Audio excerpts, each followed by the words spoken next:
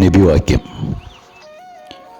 ഈ ലോകം മാധുര്യമുള്ളതും ഹരിതാപവുമാണ്. ലോകസൃഷ്ടാവായ ദൈവം നിങ്ങളെ അതിൽ പ്രതിനിധികളാക്കി നിശ്ചയിച്ചിരിക്കുകയാണ്. നിങ്ങൾ എന്തൊക്കെ ചെയ്യുന്നുവെന്ന് അവൻ നിരീക്ഷിച്ചുകൊണ്ടിരിക്കുന്നുണ്ട്. പ്രപഞ്ചസൃഷ്ടാവായ ദൈവം ഈ ലോകത്ത് മനുഷ്യവർഗത്തെ സൃഷ്ടിച്ചത് കേവലം ഒരു കളിതമാശയ്ക്ക് വേണ്ടിയല്ല. ആരാണ് സൽക്കർമ്മങ്ങളിൽ നിരതരായി ജീവിക്കുന്നത് എന്ന് പരീക്ഷിച്ചറിയാൻ വേണ്ടി മാത്രമാണ്. വിശുദ്ധ ഖുർആനിൽ 23-ാം അധ്യായം 115 പറയുന്നുണ്ട്, നാം നിങ്ങളെ വൃഥാ സൃഷ്ടിച്ചതാണെന്നും നമ്മുടെ അടുക്കലേക്ക് മടക്കപ്പെടുകയില്ല എന്ന് നിങ്ങൾ കണക്കാക്കിയിരിക്കുകയാണോ, അങ്ങനെ ചിന്തിക്കുകയാണോ? അതുപോലെ 29-ാം അധ്യായത്തിൽ 64-ാം സൂക്തത്തിൽ പറയുന്നത്, ഈ ഐഹിക ജീവിതം കേവലം വിനോദവും കളിയുമല്ലാതെ മറ്റൊന്നുമല്ല.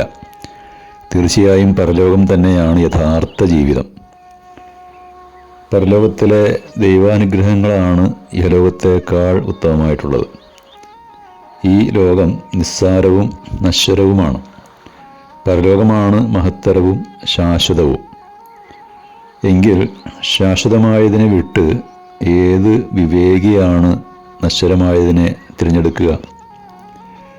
ഈ ദുനിയാവിൽ താൻ ആശിച്ചതൊക്കെ നേടാനാകാത്തതിൽ ഒരു ദൈവവിശ്വാസി ഒരിക്കലും ദുഃഖിക്കേണ്ടതില്ല.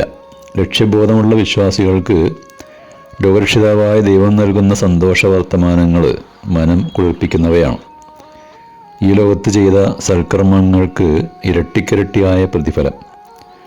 ആകാശഭൂമികളോളം വിശാലതയുള്ള സ്വർഗം, താഴ്ഭാഗത്ത് അരുവികളൊഴുകുന്ന സ്വർഗീയ ആരാമങ്ങൾ, ഒരു കണ്ണും കണ്ടിട്ടില്ലാത്ത, ഒരു കാതും കേട്ടിട്ടില്ലാത്ത, ഒരു ഹൃദയത്തിലും ഇതുവരെ ചിത്രം തെളിഞ്ഞിട്ടില്ലാത്തതുമായ വശ്യമായ അനുഭൂതികളും വിഭവങ്ങളും നിറഞ്ഞ അനുഗ്രഹങ്ങൾ.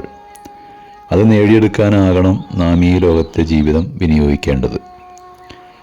ഈ ദുനിയാവിനെ ഞങ്ങളുടെ ഏറ്റവും വലിയ താല്പര്യമാക്കരുതേ എന്ന് നബി തിരുമേനി സദാ പ്രാർത്ഥിച്ചിരുന്നതിൻ്റെ പൊരുളും അതുതന്നെയാണ്.